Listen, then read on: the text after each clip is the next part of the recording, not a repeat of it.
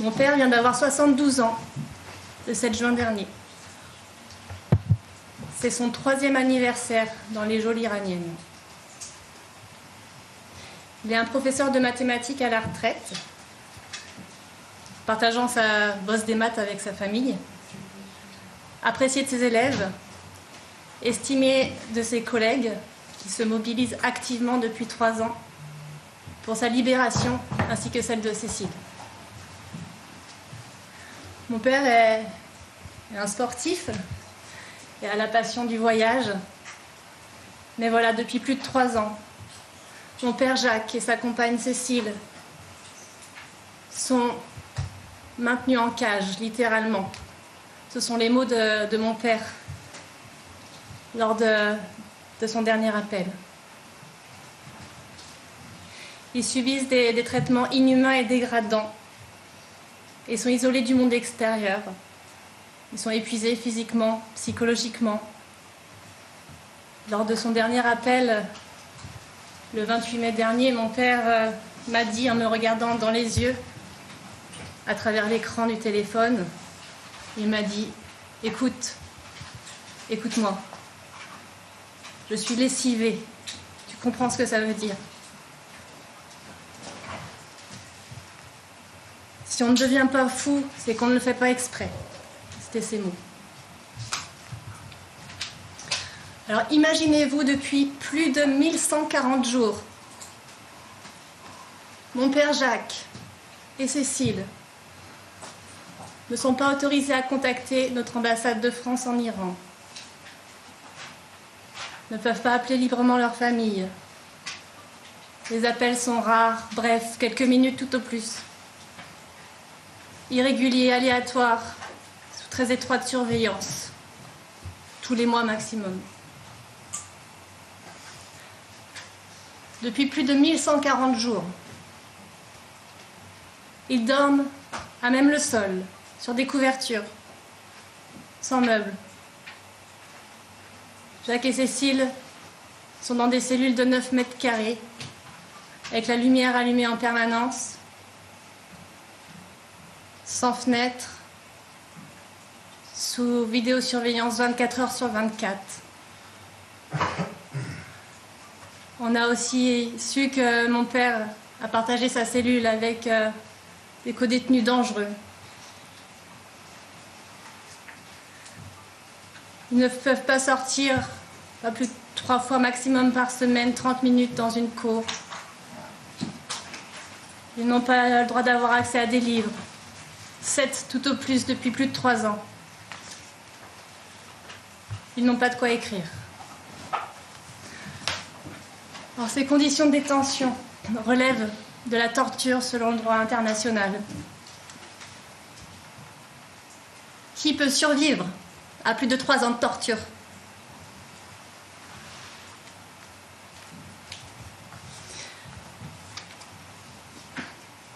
Le scénario du pire se poursuit. Parce que le 13 juin, nous entrons dans la terreur de la guerre. Les bombes s'abattent sur Téhéran et sur les populations civiles. Nous sommes terrorisés par la guerre et ce qu'elle engendre. Et lundi dernier, ce que nous redoutions, la prison d'Evin à Téhéran, là où sont détenus, où étaient détenus Jacques et Cécile, est prise pour cible. Je laisse la parole à Noémie. Donc, depuis plus de 3 ans, comme l'a très bien dit Anne-Laure, Cécile et Jacques sont détenus dans cette section 209 de la prison d'Evin, donc une espèce de trou noir complètement isolé du monde extérieur. On a assisté à ces bombardements pendant 10 jours. Tout le monde nous assurait à peu près que la prison ne serait pas bombardée. Et puis voilà que lundi, aux alentours de 11h, on voit ces images de bombardement sur la prison d'Evin. Donc en fait, c'est tout ce qu'on redoutait depuis 10 jours. On avait peur que Cécile et Jacques meurent sous les bombes, eux ainsi que les prisonniers et les civils qui partagent leur sort. On avait peur qu'un chaos soit déclenchée dans la prison avec des émeutes et une répression sanglante de la part des autorités. La prison a été bombardée et pendant plusieurs jours, on a entendu qu'il s'agissait de frappes symboliques, si ce concept a un quelconque sens, ou de frappes chirurgicales sur le portail. Je vais vous montrer les images qu'on a reçues, qui ont été tournées de la zone où se trouve, entre autres, la section 209 de la prison des Vignes, et les dommages qu'on découvre au compte-gouttes, en fait. Et bien sûr, il faut que j'y aille. Excusez-moi, hein. Je ne suis pas encore le technicien que je voudrais.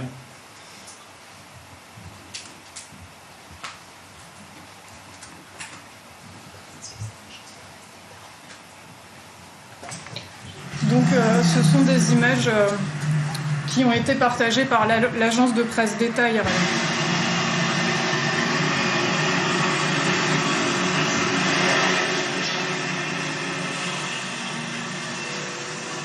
اینجا طور که مشاهده می‌کنید بهداری زندان اوین هستش که مورد اصابت رژیم صهیونیستی قرار گرفت. L'infirmerie de la prison. اینجا داخل بهداری زندان اوین هستش که همونطور که مشاهده می‌کنید کامل تخریب شده.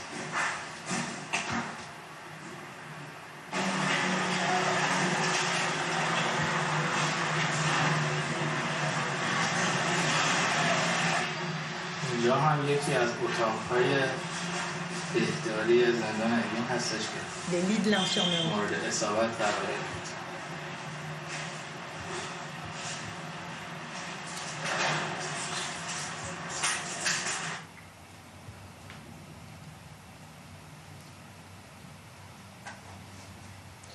Donc je précise que l'infirmerie ainsi que les bâtiments administratifs qui ont été bombardés se trouvent à quelques mètres de la section 209 où était enfermée Cécile et Jacques.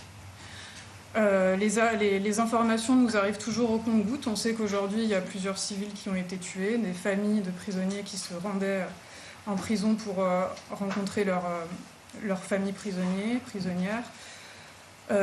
Il y a plusieurs prisonniers qui sont portés disparus. La prison a été entièrement évacuée. Les prisonniers, les prisonnières, notamment politiques, ont été transférés dans des centres pénitentiaires en dehors de Téhéran, dont les conditions de détention sont extrêmement difficiles et qui sont déjà surchargées. En ce qui nous concerne, on n'a pas de signe de vie de Cécile et Jacques depuis le 30 mai, donc leur dernière visite consulaire. Personne, que ce soit nous, les familles ou les autorités françaises, n'ont pu entrer en contact direct avec elles. Le ministre Jean-Noël Barrot a déclaré lundi soir que Cécile et Jacques n'auraient pas été touchés par les bombardements. Il a utilisé le conditionnel, à juste titre selon nous, parce que tout simplement cette information, ils la tiennent des autorités iraniennes. Et la parole des autorités iraniennes, on est bien placé pour le savoir depuis plus de 3 ans maintenant, est loin d'être une garantie. Donc effectivement, quand on entend le ministre des Français de l'étranger et du commerce extérieur aux questions du gouvernement répondre à une question sur Cécile et Jacques, que nous avons eu l'assurance qu'ils sont toujours en vie et qu'ils vont bien, cette assurance n'existe pas. Je le dis, aujourd'hui, nous ignorons tout du sort de Cécile et Jacques, nous ignorons s'ils sont encore vivants, nous ignorons où ils sont, et les autorités iraniennes qui les torturent et qui les détiennent de manière inhumaine et totalement arbitraire depuis plus de 3 ans refusent encore, à l'heure actuelle, de leur permettre de contacter leur famille et leur ambassade. On a déjà connu cette situation. On a déjà connu cette situation les 7 premiers mois de la détention de Cécile et Jacques. Quand ils ont été arrêtés le 7 mai 2022, ou le 8 mai, parce que la date exacte est encore inconnue, on est resté pendant 7 mois sans avoir la moindre information, sans avoir le moindre signe de vie, sans savoir comment ils allaient, sans savoir où ils étaient détenus et sans savoir s'ils étaient encore vivants. C'est le 23 novembre 2022 qu'on a eu enfin une première visite consulaire qui nous a appris qu'ils étaient en section 209 et qu'ils étaient toujours vivants dans des conditions extrêmement inhumaines qu'on connaît relativement bien aujourd'hui. On connaît cette situation, c'était horrible, on refuse catégoriquement de revivre ça, surtout après des bombardements qui potentiellement ont pu leur être fatals. L'ambassadeur d'Iran en France, M. Ahmadinejad, le matin qui a précédé les bombardements de la prison, a été interviewé sur RTL. Thomas Soto lui a posé des questions sur Cécile et Jacques, et l'ambassadeur a répondu qu'il souhaitait la libération de Cécile et Jacques le plus rapidement possible. Et il a précisé dans les jours qui viennent, dans les heures qui viennent. Il semble donc que le souhait de la République islamique d'Iran soit de libérer Cécile et Jacques. On attend cette libération maintenant, immédiatement. On attend une preuve de vie immédiatement. Voilà. Je te laisse la parole, Chani. Merci Noémie, merci Anne-Laure, merci pour votre courage dans ces temps qu'on sait inédits, vous l'avez dit.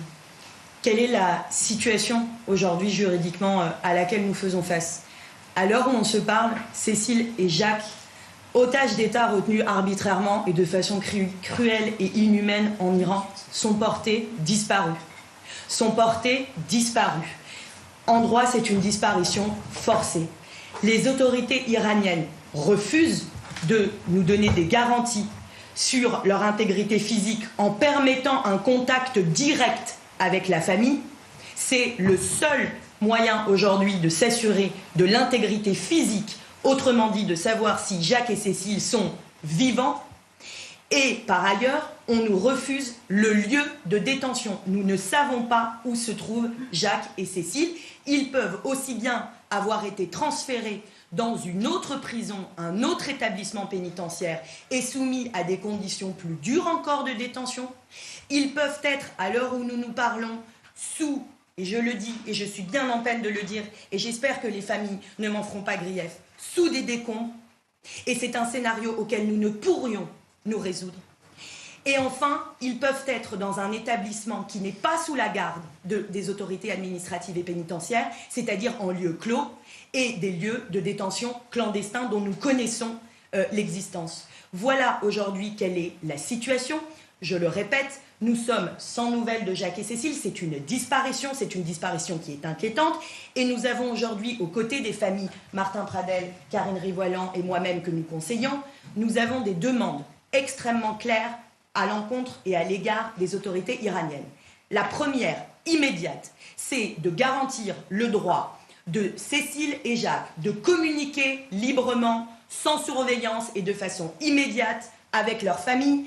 Et un simple appel téléphonique ne suffirait pas. Nous voulons un appel qui permette de nous assurer de l'intégrité physique et complète et de nous assurer que Cécile et Jacques ne sont pas blessés, autrement dit une visioconférence à tout le moins. Dans un deuxième temps, nous avons évidemment des demandes à l'endroit du Quai d'Orsay que nous savons extrêmement mobilisés aux côtés des familles, au fin d'obtenir un scénario, et cette fois la libération n'est plus le maître mot. Ce que nous exigeons, c'est de plaider en faveur d'une exfiltration pour cause de force majeure, tout à la fois en raison des conséquences de la guerre et d'un cessez-le-feu que nous savons aujourd'hui tout à fait précaire. Voilà quelles sont les demandes aujourd'hui des familles, et nous nous saisirons, nous, avocats, avec nos clients, de toutes les voies judiciaires pour faire respecter le droit à la vie de Cécile et Jacques et leur liberté fondamentale. Et j'inclus en ce sens le juge français, parce que je rappelle que le juge français est compétent sous l'égide de la loi française pour sanctionner ce qui, aujourd'hui, est un crime qui se rapproche d'un enlèvement, en l'absence, encore une fois, de communication du lieu de détention et de l'état de santé de Cécile et de Jacques. Je laisse la parole. Et enfin, je dirais un mot. Il faut bien comprendre que la mobilisation de toutes et tous est essentielle. Karine Rivolan le dira tout à l'heure, il faut que tous les citoyens de ce pays, que nos relais, que les parlementaires, que les associatifs, que les journalistes, que nous savons par ailleurs mobilisés sur ce sujet, eh bien, comprennent ce qui aujourd'hui est en train de se jouer, parce que nous ne pouvons nous résoudre à ce qu'il arrive la moindre chose à Cécile et Jacques, et nous tirerons toutes les conséquences au plan des responsabilités s'il devait arriver malheur.